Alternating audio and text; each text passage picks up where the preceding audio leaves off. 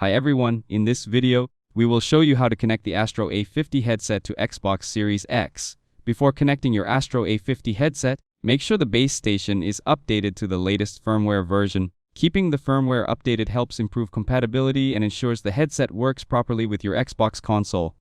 First, download and install the Astro Command Center on your PC. Next, connect the base station to your computer using the USB cable. Now place the headset into the base station and make sure it is seated correctly so the software can detect it.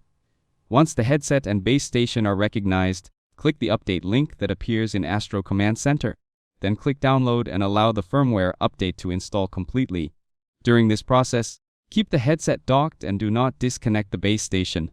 After the update is finished, disconnect the base station from your computer. Now flip the switch on the back of the base station to Xbox mode. Next, connect the micro USB cable to the back of the base station. Then plug the other end of the USB cable into an available USB port on your Xbox Series or Series S. Wait a few moments for the console to recognize the base station and establish the connection. Once connected, turn on the headset and check that the power indicator lights are active.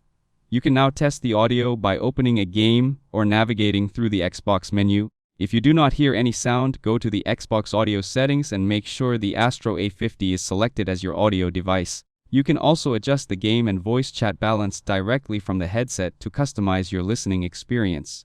After everything is working correctly, your Astro A50 headset is ready to use with your Xbox Series S, X, or Series S. If this video helped you out, don't forget to leave a like and subscribe to the channel. Thanks for watching, and I'll see you in the next one.